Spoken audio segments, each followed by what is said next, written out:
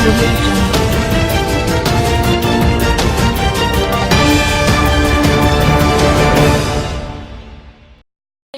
देख रहे हैं के न्यूज HD। मैं हूं कुदसिया शोकर। खबर शामिल करते हैं मखदूमपुर से। मखदूमपुर पोहाड़ा मरकजी मिलादे कमेटी और सुन्नी तहरीक की जानिब से रबीउल अव्वल की आमद की खुशी के मौके पर एक रैली निकाली गई। इस हवाले से रिपोर्ट करेंगे हमारे ब्यूरो चीफ मलिक साजिद महमूद।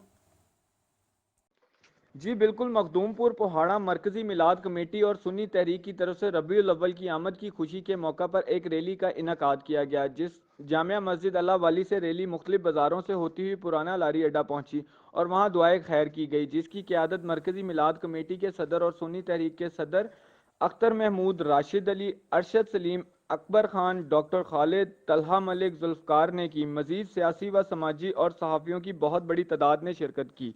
जी।